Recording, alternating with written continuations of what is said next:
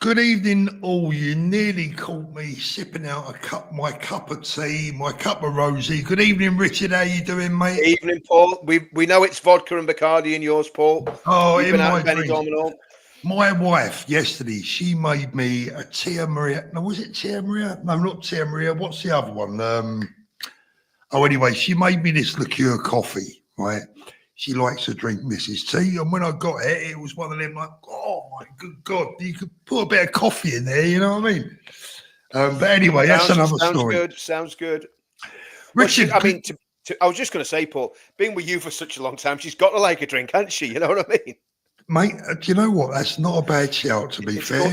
It's called anaesthetic in other worlds, you know what I mean? Right, good evening, everyone. Watching you all pile in there. Lovely to see you all. I can see a lot of regulars in there, one or two new names as well. Thank you so much. Before you go any further, please make sure to give the channel and the video a thumbs up.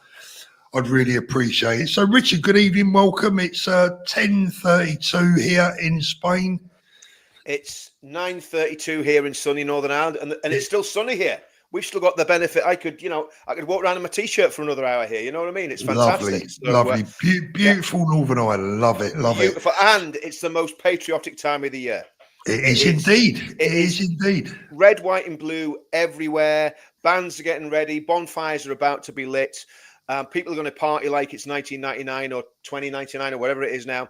It's just a great time of year, and it's sunny because quite often it rains on the 12th of July. But it looks so far, fingers crossed, it's going to be sunny for the bonfires. Well, not sunny for the bonfires, but dry for the bonfires and sunny on the 12th of July.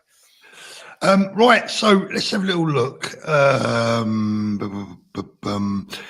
Right, let's have a quick look in the chat. Jack says he needs to get Rupert Lowe on. Same with you, Paul. Listen, I've invited Rupert on numerous occasions to come onto the show. I know Liam has as well. Would love that. Jack again, Paul. Also, did you delete your video you did during doing the interview with Gerard Band from UKIP? If so, then why? I think that's still up, as is the one with Nick Tanconi. Right, so let's get on to the main topic of the evening. Bit of a random sort of emergency live stream, not emergency, but what do you call it? Off the cuff. Off the cuff, that's the word I'm looking for.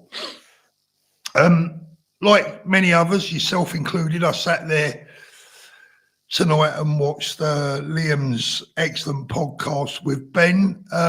I'll tell you my thoughts a little bit later, Richard, but what were your thoughts initially? Well, I mean, I got in touch with you, Paul, didn't I? I mean, it was just coming to the end. It was the sort of last 2 minutes. It was just the closing sort of pitch. And I just sent you a text saying, we've got to get on and do a live about this. Not for likes and clicks, but because I think it's a really important podcast. And I think there's a couple of things going on here at the minute. I think let's give Liam credit, right? I don't know anyone that doesn't love Liam Tufts. All the women love Liam Tufts because he can dance, right? We all love him because he's so hard you could roller skate on him. But also, he's a really nice guy, and he's if you see what Liam's like on his podcasts and when he's doing his laughing and joking bit, that's what he's like all the time. There's no off switch for Liam. That's what he's like. What you see is what you get. I am going to say something that is maybe people think I'm being a sycophant, but I'm not, because I've known Liam from before he was, a big shot doing this. And I honestly think that the content he's producing is the best content that's going out in the United Kingdom. I'm not going to name the other podcasters, but he's not coming at you with an Etonian accent. He's not coming at you with more degrees than a thermometer. He's coming at you as one of us, right? But he's asking the right questions. And this is why I'd probably never be a really good podcast interviewer. No, I can kind of do it, but he knows when to shut his gob. You know what I mean? And he asks the questions, and he just let Ben talk and talk and talk. Now, I'll get onto Ben in a minute, but that is a rare skill. And literally, when you look at Liam, there's no ego whatsoever. And I think Liam has done extremely well with his podcast in such a short period of time. Yeah. And man, I mean, do you know one of the things about YouTube? And again, obviously, I've a bit of beef with YouTube from time to time because of the censorious nature of what they do, but we get it. We work within those boundaries. We know what we can say. We think we know what we can say and what we can't say.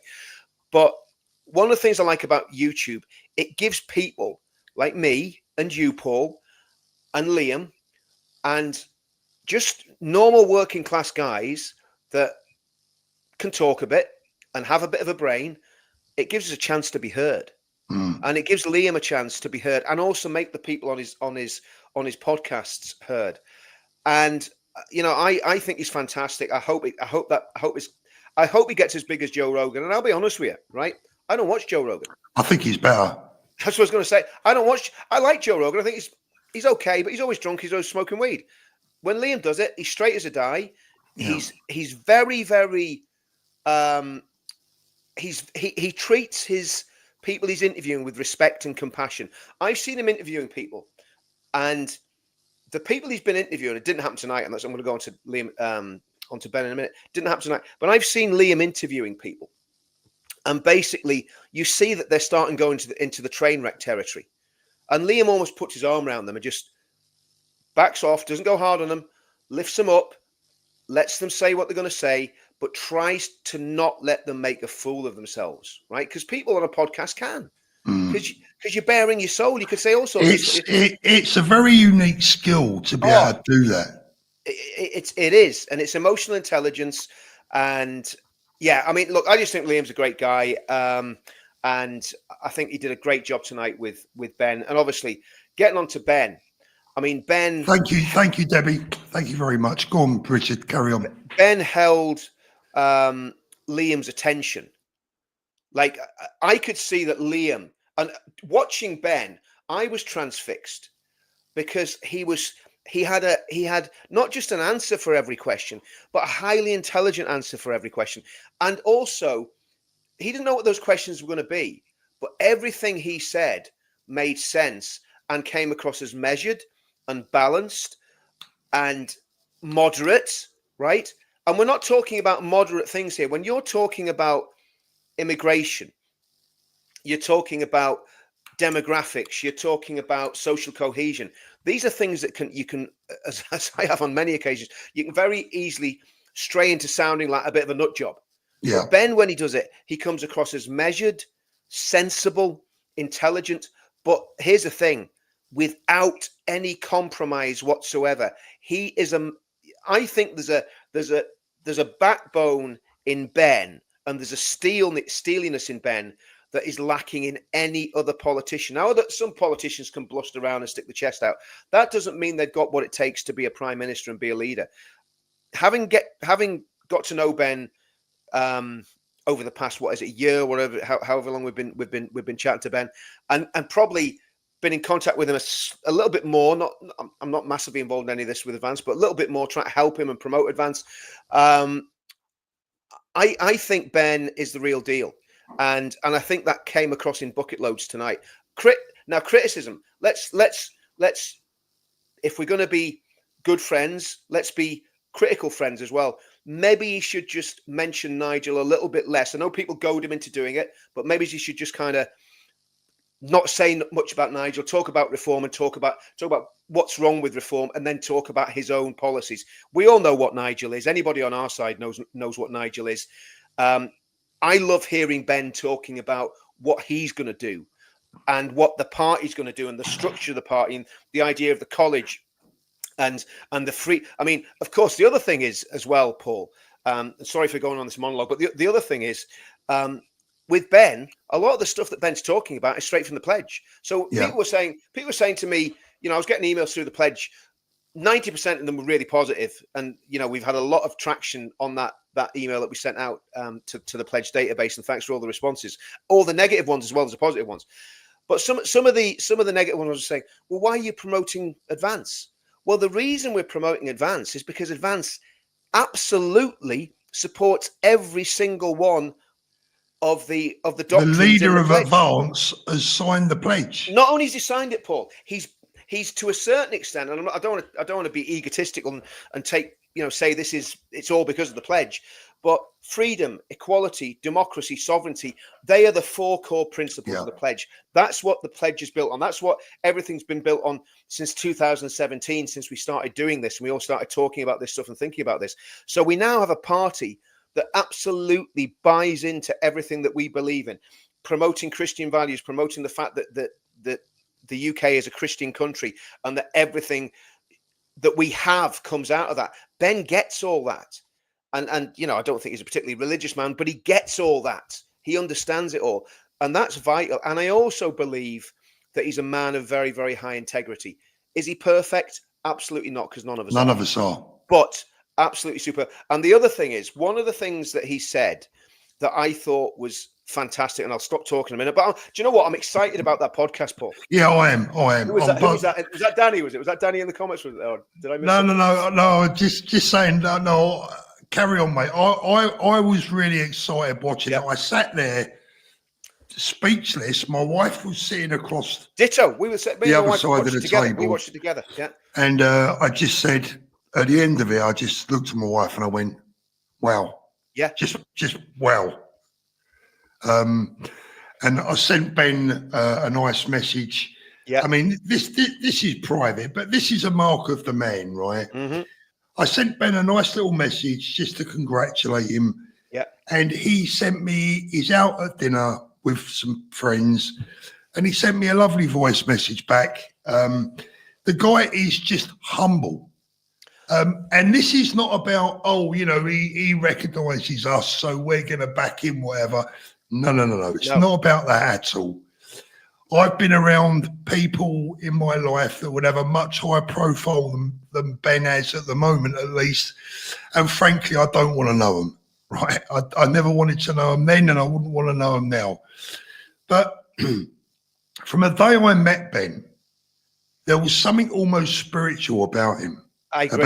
About his beliefs, yep. The way he comes across, his belief in our country. Do you know one of the things that really resonated with me earlier on? And he said so much that was just spot on the money. But one of the things, when he spoke about defining what British is, he said, you just know it. You just feel it. And I thought, Ben, that is so true. I can't particularly define British. I just know it. Exactly. You feel it. You feel it in here. And he gets it. And the day that I met the guy, I went away from that very first meeting and I thought, this is the man that needs to be leading our country. There is no question about it. Now, I don't care if it was my best friend or my worst enemy. If that was the right man to run our country, I'd want him to run our country. I agree 100%. I mean, one of the things that he said in the interview, and I thought this was the most honest and profound answer I've ever heard a politician utter. And I can be a very bad judge of character, right? But I'm also quite a good judge of character. It just depends, But, sometimes you get it wrong, don't you? But the reality is, right, when Ben turned round to Liam, when Liam said about, are you streetwise? And Ben said to Liam, no, I'm actually quite naive. And that showed a level of vulnerability and honesty and that humility that we're talking. And look, we're not going to put a halo around Ben because Ben is a human being. He will make mistakes in the same way that all of us make mistakes. And we've got to have grace if ever he makes a mistake. That's just the way it is because we all make mistakes. We all blow things, right? But when he said that, I can be naive. I thought that is a level of honesty. And that's why there do need to be streetwise people around him that, if you see a wrong and getting close to him, you can say, Ben, not sure about this guy. I hope you don't mind me saying I'm not sure about this guy.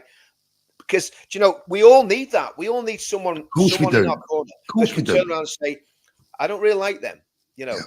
I mean, well, normally our wives can sniff them out. They can go, don't like that person, don't like that person. And we should listen. And I think in Ben's case, that was an amazing part of the interview. And I think that blew Liam away as well. Liam was just like, wow, did you really say that? Did a politician really say I can be naive? In other words, what he's saying is I don't have all the answers. Yeah. But what he also said was, I'm going to put a team around me of he said Hercules, was it Hercules? Herculean team, I think he said. Herculean team, Herculean team, and of lions, brave, intelligent, bold people. And listen, we all know a lot of them. And, I just have a feeling, Paul. And look, I mean, I know a lot of people might think, with me leaving UKIP very, very suddenly, that, I'm kind of flip-flopping. I'm not. My loyalty is to my country, to my God, and to my family. That's what my loyalty is built on, right? So in terms of leaving UKIP, it's like leaving a job. It's a party. I mean, at the end of the day, it's not going to win the next election. Nick Tenconi's not going to be prime minister. So what's the point in staying there? It's a complete waste of time and effort. And it's like 6 hours once a quarter or however often the meetings are. It's a waste of time for me. So I've got to go with where I feel that the momentum's going, and that we've got a chance of actually getting rid of these scumbags, including the leadership of Reform, Farage, Zia, and Tice. We've got a massive job ahead of us, right? And all I am is a lowly member of Advance. That's it. And I'm not trying to be anything else. I'm not pushing myself forward for any other reason. But what I think we can do, Paul, is we can strain every sinew that we've got, every spare sinew that we've got, because we're all busy in trying to help Ben achieve what he has to. It's not a question of he has to achieve it. Guys, do you know, anyone watching this, the stakes are so high. So high. Look, I was up in Ballymena when the disorder broke out. Right now, I've been around riots in Northern Ireland in one way or another many, many times, right? And I mean, it wasn't the worst rioting I've ever seen, but this is why Ballymena has really impacted me. I went and interviewed after those riots, normal, everyday people, good British people, patriotic people, love the country. There wasn't one of them that criticised the rioters. In fact, everybody was happy that criminal mafia that had set up shop in their town was gone. Now, if we repeat that right the way throughout the United Kingdom, we're looking down the barrel of an absolute disaster. I don't need to spell it out any more than that. And Ben Habib and Advance, I absolutely believe with all my heart, is the last chance to save our country from something so catastrophic that it may never recover.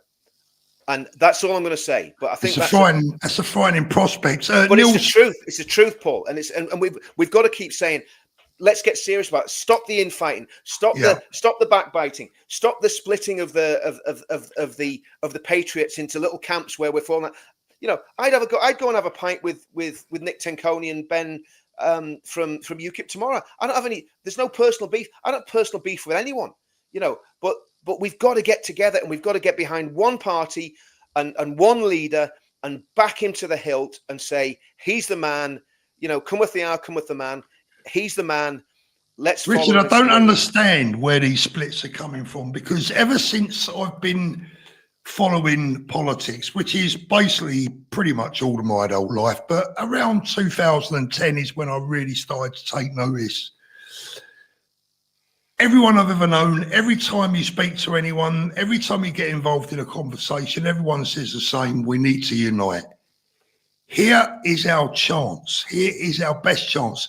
Neil Smith, amazing Ben Habib interview with Liam tonight. If everyone's not inspired to join Advance UK, they need to shake their heads. Neil, I absolutely agree. Look, we won't spoil Liam's. Anyone that hasn't seen it, as soon as this live stream is finished, make that your first task. Go over and see Liam and Ben. You've got to watch it. You've got to watch it. I mean, I think the intensity of it was absolutely it was just riveting, Paul. The intensity and the depth of answers that he was giving. And I mean, the fact that I think it was great what Liam did when Liam gave him a lot of time, and there was that can be a double-edged sword. If you're a numpty and you get given a lot of time, you've been given a lot. You can be given a lot of rope, haven't you? You know what I mean? But man, he Rolls Royce. I mean, there's nobody in British politics like Ben Habib. It's as simple as that. And I'd like to say, we're not worshipping him, because we can't worship any man, but we're saying he's unique in the same way Tommy's unique. There's nobody else like Tommy. I see all these Johnny come laters who want to be Tommy. If you want to be Tommy, good luck, son. If you want to spend years in prison and lose everything you got, go and try and be Tommy. But there's no one like Tommy. There's nobody got, and in a way, here's the thing, Paul, right? Tommy and Ben are very, very similar people, because there's a vulnerability. If you know Tommy well, and I'm not saying a weakness, because it's not about weakness, but there's a vulnerability and almost a naivety and a niceness about Tommy's personality, a winsomeness. About both of them. Both of them. I'm a Rottweiler, right? And you need Rottweilers as well as you need, sort of, nice people. But the reality is that they both got that sort of nice nature about them. And I think that's a very, very good. And again, both of them are very humble. Now, here's the other thing, right? And I think Ben was very clever in the way he dealt with when he was asked about Tommy, and saying obviously he would speak on the 13th. He was invited to speak on the 13th. Obviously, Ben's never met Tommy. So he's been asked to comment on a man that he doesn't know. So all he can do is look at the public persona and say, well, the public persona is a brave freedom fighter that's standing up for what's right. The private persona, he doesn't know anything about, so he can't comment about. Obviously, we know Tommy more than most people do, the private persona, because we know him as a friend. But I think his answers were very clever, because the reality is that, the deep state and Farage and all the enemies of what we want to achieve would want to hang Ben on the, oh, look, he's and they'll do it. If he speaks on the 13th of September, they're going to go at him, right? Yeah, they'll do it. Yeah. But Ben has framed it in such a brilliant way, because Ben's saying, I'm standing for freedom, because that's one of the principles of my party. So if you're telling me I can't stand with Tommy Robinson, are you against freedom? And the other good thing about Ben is, and I hate using this, but it's true. The fact that he's half Pakistani is actually a massive, massive plus point, because none of those scumbags in the mainstream media can accuse him of racism. Or if they do, they're being racist themselves, right? Yeah. So there's so much good will come out of what's happening. Well, here's the thing, Richard. All those idiots out there that accuse us of being racist, we're desperately wanting the next Prime Minister of the United Kingdom to be half Pakistani. Exactly. How are they going to work that one? It don't really work out too well. Listen, there's not too many. Listen, the real far right will be, they'll be putting their little videos together now, clipping stuff that we say, and look at these, race traitors and all the rest of it. Let them do it. Let all the haters waste their energy in hating us, because. Well, here's the thing, Richard. You know what? I think since the last event, there's been so many bad actors and things. I mean, there was a danger at one time that all this could splinter, but thankfully, it's come back with a bang, and a lot of that is down to Ben. Let me get through one or two of these. Rob Quince, thank you very much. Liam Mizel, Joe Rogan, he's brilliant. Debbie, thank you so much. I really, really appreciate that, my love. Ultimate Buzz, thank you. We need to be leaving the ECHR. That is what Britain needs to do to save it. Any party can be the big clock in the big clock tower, but unless we leave the ECHR, nothing changes. Yep. # Advance UK. I agree with that. Debbie has been a member now for 10 months. Thank you, Debbie. Richard, why does Northern Ireland not have parties from the mainland? Could Advance UK stand in Northern Ireland? Yeah, sure. I'll answer that. It does have parties from the mainland. Northern Ireland's a very, very unique situation, because we've got the Protestant Catholic divide. Obviously, you've got nationalist parties and some supposedly middle of the road parties. What you've really got now in Northern Ireland is a split that's very similar to what you've got on that guy's going to regret actually asking this question when he gets the full answer. Basically, the parties in Northern Ireland are now split pretty much on progressive lines as opposed to conservative or traditional lines. And the reality is, at the minute, I would say the only party in Northern Ireland that is taking a really hard traditional stand is the Traditional Unionist Voice, which is Jim Allister's party, which is a very, very small party. But here's the good news. Jim and Ben are very good friends. So something will happen in Northern Ireland. I mean, I've joined Advance, right? So I'm sitting here in Northern Ireland. I've joined my local MP, who's a personal friend of mine, is an independent unionist MP. So the dynamics are quite different in Northern Ireland. And what we've always got to do is have an eye over our shoulder that Republicans who want to break up the United Kingdom are fighting their best to destroy the UK and the union. So we've always got to vote along those lines. But I think if Advance stepped into the field, it could make things very, very interesting for a lot of reasons. Sorry, Richard, I'm just having a look through the chat. The constant gardener, Liam has the right kind of empathy for people. Yep. Thank you very much. Really appreciate that. Look, at the end of the day, going back to what I was saying earlier on, look, people wanted hope. They've always wanted hope. Now they've got it. Now, look, I said this the other night and I'll say it again, as far as Nick and UKIP are concerned, look, they've done a great job. Nick gets out there. He's a brave man. He's on the front line. He's highlighting issues, etc. But we need an electable leader. We need someone that is going to be able to appeal to Middle England. And Nick is just like one of us. He's one of that lot, right? And I can't see one of that lot ever getting elected as Prime Minister ever. It's never going to happen. So, it doesn't matter how much you love and respect Nick, how much you like UKIP, how much you respect what he's doing. And I do all those things. I want to win. I want our man to be the next PM. This is our chance. I mean, it's even bigger than that, Paul. I mean, I think there's so much at stake that we can't play about with this, right? I honestly think every single party on the right should wrap up now and join with Advance. That's what I think. Now, they're not going to do it, right? But that's what I think, because I think there's so much at stake that every single vote will count. And I can tell you now, Advance is exactly what we're looking for. Do you remember, Paul, before the last election, and my wife, pinned me to the wall on this one today. She said, you backed Reform before the last election. I didn't want to, right? I did because I was kind of, UKIP weren't really have any chance of getting any MPs. And I thought, well, is there a chance of Reform doing something? Do you know what? I'm glad. Well, Richard, sorry, but can we let's get it straight. Why did you back Reform before the general election? The same reason that I backed Reform, because we were lied to. Yeah, by the Tories. Yeah, and by Reform. Yeah, absolutely. By Reform. Reform. Oh, yeah. Let's be clear about this. Officials from Reform lied to us, to our face. Yep, absolutely. They took me all the way down to Devon to meet with their officials, and they lied to us. That's right. That's absolutely right. And I think look, that's history. It doesn't matter. But the reality is that Reform isn't the point I was trying to make there, Paul, was Reform is not fit for purpose.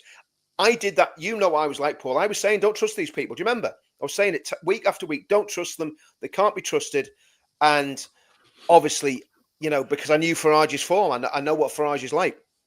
But I think now we have a party with a leader that if it gets traction, and there's no reason, if you're in Reform, right, and you're thinking, you two divisive so-and-sos, what you're doing, just don't split the vote. Well, can I just suggest something, right? Why don't you actually join Advance? Because you can do it if you're in Reform, because Reform, you're not a member, you're a subscriber, as far as I know, of their party. So you can actually join Advance and taste it and see if it's any good. See if you like the food. This is a great comment from Scott. Ben is a reluctant leader, which is the best kind. He isn't seeking power for the sake of it. I mean, Scott, that is comment of the night so far. Absolutely. Ben asked Rupert to be leader. Yeah. And this is why I made the video I made the other day, be it saying I was just a little bit disappointed with Rupert, because, for me, this is our big chance, and I wanted to see Rupert and Ben together because that is our dream ticket. Tommy involved somewhere in the background with the cultural sort of United Kingdom movement, but Rupert has chose to go his own way. Now, at the end of the day, as you heard from the horse's mouth tonight, and he is the reluctant leader. Yeah. He wanted Rupert to take charge. That says a lot about Ben, when all along, I said to Ben all along, no, Ben, I think you should be in charge. Yeah. I think what we've got to do, regarding Rupert, right, we've got to downplay any idea that this is a battle between Rupert and Ben. They had a different ideological stance, right? So Rupert is already a sitting MP, and he's been in a party where the machinery of that party tried to send him to prison, right? So let's get it right. If I was Rupert Lowe, would I want to jump straight into a party? He doesn't know Ben that well, okay? He should have the measure of him, but you could understand Rupert going, I've been burned really badly. Now, what I think would be extremely bad form is if Rupert jumped into bed with the Tories, for one. I think that would be disastrous for him. And I think it wouldn't help the Tories. The Tories are finished. When you've got people like that, Clampett Berry jumping ship into reform, the Tories are done. They're done. They're dead as a dodo, right? But if Rupert joined the Tories, I think that would be really bad form, right? If Rupert set up another competitor party in short order to compete with Ben, then you would know, actually, do you know what? There was more to this than meets the eye. He's a wrong one, you know. But I think if he's doing a movement, I think this could be very beneficial. And I'll tell you why, Paul, right? So at the minute, as it stands, Rupert's movement, he can take people from the Tory party. He can take people from Reform. He can have people from Advance. He can have people from UKIP. He can have people from SDP, Britain First, whatever other parties, fractional parties, Heritage Party, whoever it is. Anybody from any party can join his movement, right? So he's going to have a mailing list. What I would imagine in short order, north of 100,000, right? Of people that he can contact. I would say Ben will get up to 100,000 within a year if he keeps going and people realise that he's the real deal. So you could be sitting there with Reform with 200,000 members, probably declining all the time, right? And I think Reform are going to come under very serious pressure in the next year. It's not going to happen straight away, but I think within a year, if Ben does everything right, and I don't see him putting a foot wrong, and if Rupert does a good job of what he's doing, you could be in a situation where the joint membership of what Ben and Rupert are doing separately could exceed that of the Reform Party, and that is an interesting thing. Then, and I keep well, for me, Richard, if people out there truly care, he should break that 100,000 barrier in a heartbeat. Because when you look at the combined viewership of all the patriotic channels across YouTube, it's like I said in the video the other day. Do you care a tenner? Do you care a tenner's worth to try and save your country? Let me address this from Stephen from Leeds. Stephen says, I was very disappointed in him calling me a scrounger being disabled. Stephen, I don't recall him calling you a scrounger. I'm already finding life difficult. We don't need to be picked on. Austerity already done that to me. Stephen, look, I agree with what you're saying. Partly, what Ben was saying is that it's the people that are actually scrounging off the system that are making things worse for you. If you're one of these genuine people that genuinely need help, Ben, of course that stands without question. I'd like to see people like you get even more assistance. What we don't want to see is people that don't deserve that assistance getting it. And there are bundles and bundles and bundles of Indigenous Britons. In addition, there are thousands and thousands of foreigners here who are taking the mick out of our benefit system. Let me come in on this, right? I heard what Ben said, and Steve, I don't believe for a minute he was addressing that at you. Not one iota. Everybody with a heart, and look, at the heart of this party is Christian principles. I know some of the people that are doing a lot of thought leadership behind this party. They're very strong Christians. They're good people, right? So it's not going to be it's not going to be like, listen, at the minute, what you got with the Labour Party is they want to bump people off. If you're not happy with your lot, they want you to go and take a few tablets and be done with it. So you're not a burden on the state. That's what the Labour Party want to do, right? Think about this: the 7 billion. Think about this: not million, not 100,000, 7 billion pounds a year going on the migrant crisis. That's just on the illegals. 7 billion between the hotels, the healthcare, etc., etc., etc. In fact, that probably doesn't even include the healthcare, right? So the reason that people are struggling and the reason that the benefits bill is so hard is, Paul's quite right, because of Indigenous scroungers. But these people that are coming across on the boats and on the ferries and on the back of trucks and getting visas and then staying here when the visas have expired, the illegal migrants are costing this country £7 billion a year. Any party that gets a grip of them and gets them back to where they should be, save £7 billion a year. That can pay for healthcare. That can pay for the I was going to military, say, exactly, Richard. What I was going to say to Stephen is, and I'm taking particular notice of what Stephen said, because this matters, right? It does matter. The people that are out there that are disabled, that they've got issues, genuine issues, disabilities, mental health issues, or whatever, it is vital that we take care of those people. What we're saying, Steve, is, and what I believe Benny's saying, is that people like you would benefit more if we can get rid of the scroungers. You are clearly not one of those scroungers, my friend. Exactly. So that is what we need. That is what we need to do. You need more money, not less. Watling Boy says, where are we? Hope to see Ben speaking in London on the 13th. So do I. Yep. Taffy says that politics is an illusion. Wake up, guys. I'll tell you what, Taff. If politics is an illusion, can you do me a favour? Can you make that lot in number 10 disappear? No, well, what he's saying is again, it's a very valid point, Paul. Saying politics is an illusion, because the reality is, as Liz Truss and Dominic Cummings have both said, and listen, they're not conspiracy theorists. These are two people who are actually at the heart of government. One is Prime Minister, one is the chief advisor to buffoon Boris. They've seen it at the sharp end. The deep state runs the country, right? And that deep state needs to be taken apart, picked apart. The left wingers in it, the Islamists in it, they need to be gone. I'm not talking about Muslims, I'm talking about Islamists. In other words, people who want to impose Islam on our country are at the heart of government. People who want to impose communism on our country are at the heart of government in the civil service. They need to be cleaned out. They need to be sacked. They need to be got rid of without a pension. They need to go. Well, if you have to give them a pension to keep them quiet, so be it. But all those rats in that sinking ship need to absolutely go. And that's... Yeah. He's right. And again, that's what he said. He doesn't really want to fish in that pond. No, he doesn't.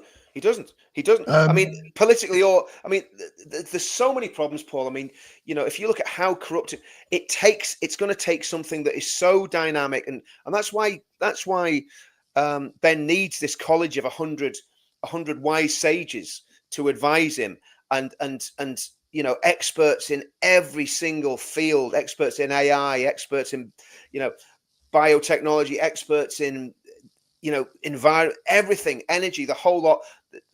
There needs to be a complete overhaul, and you need brilliant absolutely. people. Absolutely. How long have we waited for this? I mean, everyone out there is sick and tired of listening to politicians avoid questions and waffle and lie and cheat. Here's a man that is trying to offer you it all. Yeah. Let's get him to his 100,000 members. I got a message from our good friend Howard Cox tonight. It says, look, this is why people like us, this is why we follow Ben. Howard says he is the real deal. Intellect, political nous, honesty, and always to the point. Farage flip-flops. Ben never wavers. He is a class act. Absolutely. That's from Howard Cox. And the other thing is, Paul, this is going to become a mutual appreciation Saturday, but so's Howard. Howard, you're a class act. I mean, we know what you've done with Fair Fuel. A lot of people won't understand the scale of what you've done with that project and all the other stuff that you've been doing. So, the fact that you're at the heart of it, Howard, the fact that David Rhodes is, and I hope David doesn't mind me saying it, but Ben out with him tonight. David Rhodes is at the heart of it. Fills me with great hope, because I know these people, Paul. I know them, and I've watched them, and some of them I know personally, some of them I don't know so well, but I get the measure of people, and I know I've been around this long enough to know the charlatans and the shysters. And at the minute, there's a purity, and there's other people in the background. I'm not going to mention them, but there's people that are helping Ben in the background that are just fantastic people. So I think I'm very enthusiastic about it, Paul. What's the one? Well, Richard, here's the one thing. When you mention people like David, you mention people like Ben, you mention people like Howard. All of these people have one thing in common. They're bloody decent human beings. Integrity. Yep. They're very good people. Than me. Yeah, they're good people. No, not at all, Richard. Don't do yourself down. But they're lovely people who care, genuinely care. They are. That says it all to me. And that's that I don't know about you, Paul, but I mean, because of what we've, and again, I'm not going to bitch about it too much because of the horrendous abuse that we've had since that last demo. I'm very careful. I've got a big block list now. There's a lot of people will not get through on my phone if they phone me. You know what I mean? And I just want to surround myself with good people now, good, successful, kind, hardworking people that I can learn off. Because I don't want to be surrounded by scumbags anymore. I can't have Richard, it. I want to go even one further than that. I tell you what. I mean, you may not agree with this, and you'd have fair reason to, but I would appeal to everyone, whether there's been fallouts, whether there's been bad feelings, whether there's been animosity. Look, guys, it's time to look past all that stuff. We got to unite for our country. We got to not forget any beefs, forget any minor differences. This is for our kids. I agree. Do you think our kids and our grandkids will care about a little beef that someone might have had back in 2024, 2025? No, they're not even going to know about it. In 100 years' time, these minor beefs will mean nothing. Well, I mean, in 6 months or a year's time, they'll mean nothing. They'll mean nothing. I think the point I'm trying to make is, Paul, you've got to be very, very careful of who you have around you. You know what I mean? I think that's the it takes a long time to get to that position, because when you're in the movement, people come and befriend you, and they, you think they have good intentions, and it turns out they're absolutely wrong. And so that's all I'm saying. We've got to be. Let me, sorry, Rich. Let me just bring up Lee. Lee says Rupert is our man for 2029. He's already in Parliament. Well, Lee, who is he? I mean, look, we don't want to turn this into a Rupert versus Ben thing, because it's not. We can have both. I remain a supporter of Rupert, but me too. How exactly is our man for 29, Lee? Unless I'm missing something, Rupert is now an independent MP. He has no political party. He doesn't belong to a political party. And he's starting up a movement, from what I can gather, from what I can see, which, by the way, Lee, we already have a movement that will probably always be bigger than Rupert's. I think this is where me and you disagree, Paul. I think what Rupert, and listen, my allegiance is 100% to Ben. My allegiance isn't to Rupert. I think Rupert's a great guy, and I like him. And I will, when I get the chance, I will join. What's his Restore? Is it Restore UK? Restore? Is it? Yeah. Okay. So I'll join Restore when I get the time. But I think that the difference is what Rupert's trying to do is, again, gather the brightest and the best people that can, again, advance and lobby and build that. It's not a street movement, Paul. Do you know what I mean? I think that's the difference. No, it's not, Richard. But wouldn't that have been bad? Wouldn't that have been bad done under the umbrella with Ben and at the party? Well, but it maybe. But listen, we've got to deal in realities. That's not the reality we're in. And again, like I said earlier, from Rupert's point of view, Rupert was severely chastened by what happened to him in Reform, and who can blame him? They're trying to get him a 67-year-old pensioner, well, not pensioner, 67-year-old man and granddad, because he'd be insulted to be called a pensioner. He probably works harder than most people that are in the 30s.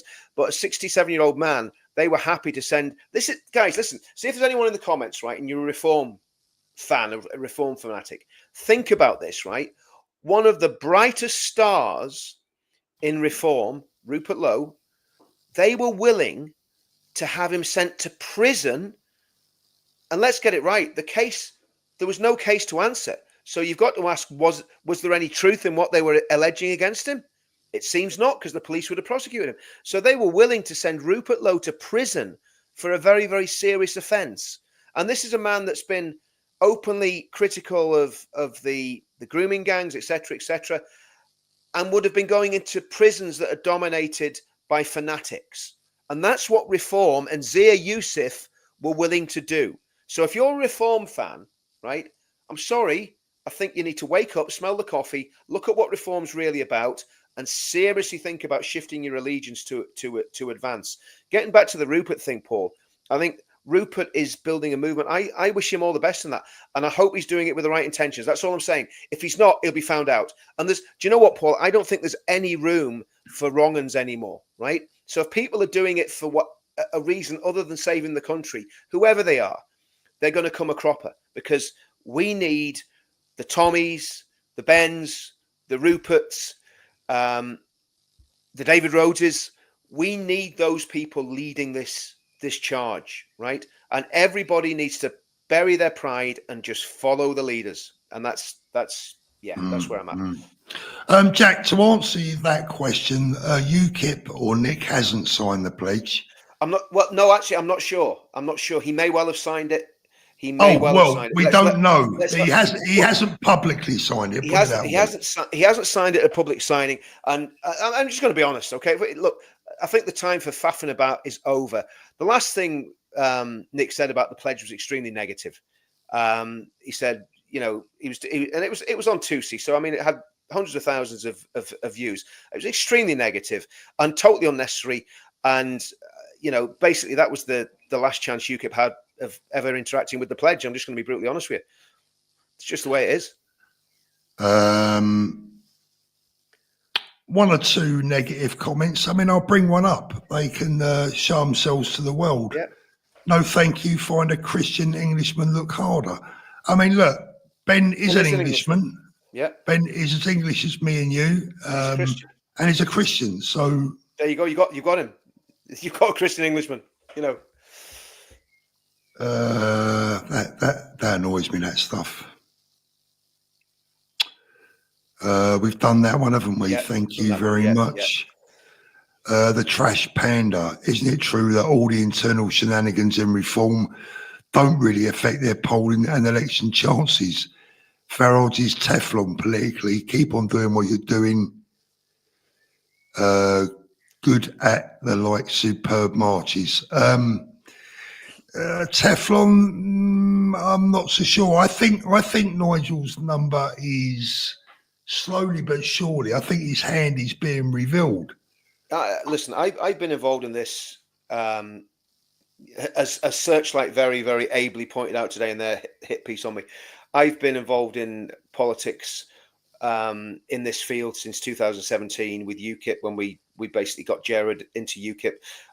The football lads supported it, the veterans supported it. We had a really good chance of having a party there that could stand on these big issues like immigration, like radicalization, extremism. UKIP was that party with Jared Batten, Tommy coming in with all Tommy supporters, and as far as I know, again, I can only go on what people told me, but Farage was instrumental in sinking Jared Batten's leadership. Jared was very, very similar to Ben in many ways. And again, I think you said it before, Paul, Jared Batten was the best leader that we never had. Now, we've got a potential now to have a real leader. Farage is not a leader. He's a celebrity. He's a clown. He's a joker. And he's also extremely vindictive, as we've seen in the way he's treated Rupert and Ben and the way he's dismissed them. So I have no truck or time for Farage. Be sure your sins will find you out. People will see Farage for what he is, and they will vote accordingly. I hope I'm right in that. But let's wait and see. I mean, listen, we could be totally wrong. We could be backing the wrong horse, but I know we're not. I know that what we're doing is the right thing to do. Yeah. Scott says, up the White Dragons, the true flag of the English. Philip Shepherd. Hi, Paul and Richard. Saw your video in the week. I'm shocked by people criticising you for going to Spain. I'd do the same if I could. I think Richard could be right, as reform is not the answer. Thank you very much, thanks, Richard. Philip. AJ Audits, thank you very much. Ben, Howard, Nick, Tanconi and Tommy, the ideal team. Really appreciate that, mate. Thank you, John. Appreciate that. And Private Jose B32, 2029 for the next election is way too late to save the country. We need it sooner. Ben is the man, but I do believe beef needs to be squished. It does indeed. Going back to Rupert for a minute, and I just want to reiterate, because people have a great way of twisting your words and making a mountain out of a molehill. I like Rupert. I support him. I think he's a great guy. He believes in pretty much everything that I believe in. He's one of us. But here's the thing, Rupert, my comparison, Rupert and Ben, is that I'm not sure that Rupert can engage with the working class in the way in which Ben is capable of doing. He's a little bit more standoffish. And some people might say, well, that's a good thing. And it may be a good thing. I don't know. politicians traditionally have always been a little bit aloof, but aren't we all a bit fed up with that? Aren't we all fed up with politicians being aloof? Isn't it time that we had a man of the people? Absolutely. I totally think so, Paul. I think you're right. And here's the thing. Sorry, just the other thing is in terms of Ben and Rupert. Ben is 60 years old, right? Once you get into your 50s, anything can happen. That's the truth, isn't it? Steady. Go on. No, I'm way north of 50, mate. So I'm talking about all of us. But the truth is, Ben's 60, Rupert's 67. Now, again, as that clock keeps ticking, the older you get, the harder it gets to have that sort of dynamism, that speed, that agility. Ben still has that in bucket loads. I'm not saying Rupert doesn't. Rupert's amazing for his age, as is Trump and all the other, leaders that are storming about in the 70s and 80s. But, the truth of the matter is Ben is this is the right time for Ben. I really believe that. So all the stars are aligned as far as I can see for Ben. And look, if reform's not the answer, which I think the vast majority of people that watch our streams would agree with, that reform is no longer what we found out that it's not what it professes to be, then there needs to be an alternative. And Ben is providing that alternative. Yeah. And I would say, I think, let's just listen. Do you know what? There's going to be a lot of battles ahead, Paul. We think we've had it rough the last few months.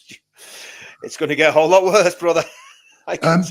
Jack says Nick Tanconi is a man of the people. Well, Jack, my answer to that one would be Nick Tanconi is a man of our people. Yeah. But he's not going to be a man of the people of the United Kingdom. Yeah, that's what's important, Jack. He can be our friend, and we can enjoy Nick, and we can like Nick, and we can believe him a lot of what he says. Not all of it. There are things that Nick says that I am a little bit uncomfortable with. Not a lot, but there are one or two things that he says that I personally, as a father and a grandfather and a mature individual, there are one or two things that Nick says that I can't quite get my head around. I won't go into them. But Nick is never going to be a man of the country, of the nation, where Mr. and Mrs. Jones at number 57 that lives in Middle England, they're never going to vote for Nick. No.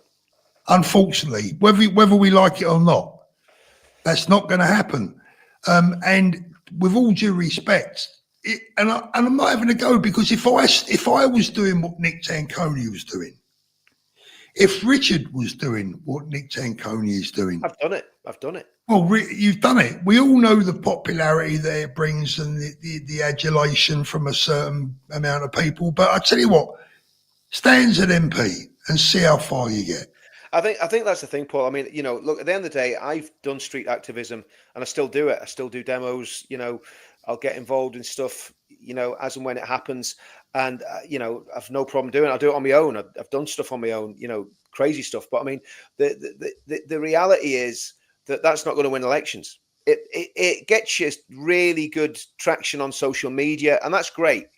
But the reality is what we need is someone who's going to be able to go to the shires and to the shipyard, right? Not that there's any shipyards left anymore, but it's got to be someone that can win the working class and can win the doctor, the lawyer, and everybody else in between. So you've got to go from the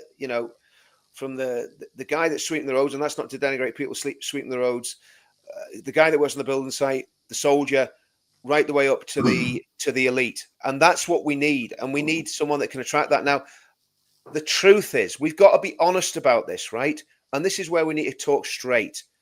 UKIP are not in a position to do that now. And the truth is, they never will be. And that's the position I came to. Now, that is not an attack on UKIP. It's just stating Not at all. And, yeah. and I know I'll get a lot of stick for this, but do you know what? I don't care anymore. Let me tell you a little story. Richard, can I tell you a story that I think is a good analogy? When I was working for Fulham Football Club, my boyhood team, my dad's team, my granddad's team, I was lucky enough to work at Fulham for 4 years. During that time, someone that I got to know very well as a person, as a footballer, and as a friend was a guy called Chris Coleman. He was a Welsh international centre half. You mean? Yeah. Cookie. Chris Coleman, great player, an even better human being, lovely man. I love Chris. He was just a pleasure to be around. They made Chris the manager of Fulham. Okay. Yep. And it got to a stage where things weren't going well for him. Now, I'd travelled to America with Chris. I'd been interviewing him. We were all in the group. We were working with each other. Yep. And I classed him as a mate. I went to see him in hospital after his car crash. But I was saying to everyone at the football club, look, as much as we all love Chris, he's got to go as manager. It breaks my heart because I love the guy, but it's not working. Yeah.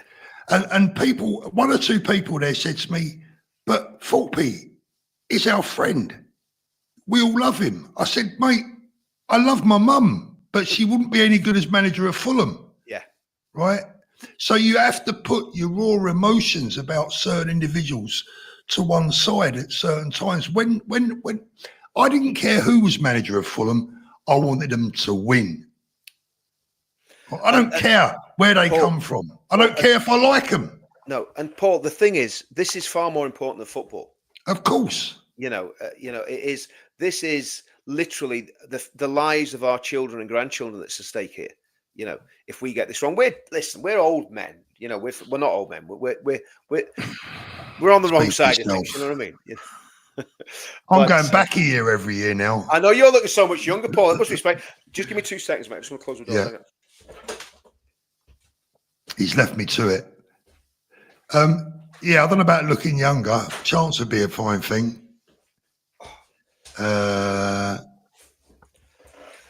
Private Jose, Leiber needs to go now. Khan needs to go, and the King certainly needs to F off.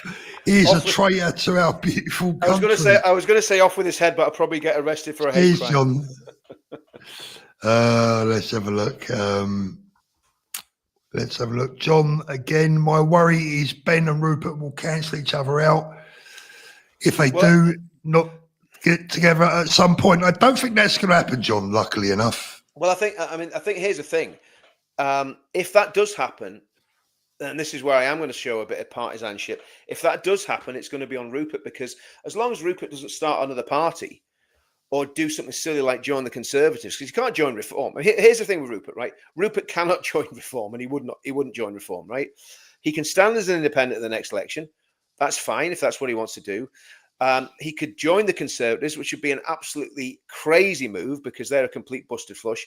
Or he could build his movement, get hundreds of thousands of people involved, all the great thinkers that Ben's not got, and Ben gets all the great thinkers that Rupert's not got, put the two together, and bang, you've got an unstoppable force. So Rupert can't really, and he can't start his own party. He just couldn't do that because that would just be disastrous for him as well as everybody else. So that's not going to happen. So look, to me, the two of them doing separate things can work out absolutely fantastically as long as there's not a genuine split between them. And I don't think there is. I think Rupert's just decided to do his thing and Ben's doing his thing, and that's it.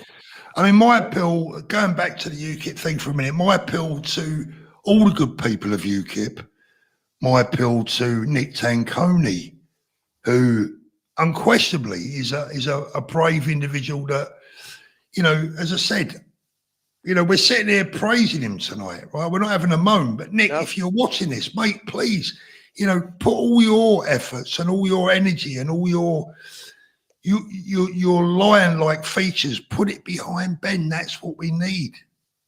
That's our chance. That's our chance to win together.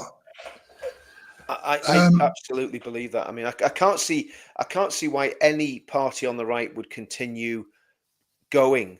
Look, it's early days. We're only 2 weeks in, but I know how well things are going, and I think it's just going to be an amazing thing. And I think it'd be great if Ben Walker and Nick came on board with Advance. I think it'd be great if William Colston from SDP came on board. I think they were the main ones I want. The rest of them probably aren't worth talking about. You know what I mean? But yeah. those two parties, there's still some really talented people in those parties. A lot of my friends are still in UKIP, and they should come across. Simple as that. Come to Advance.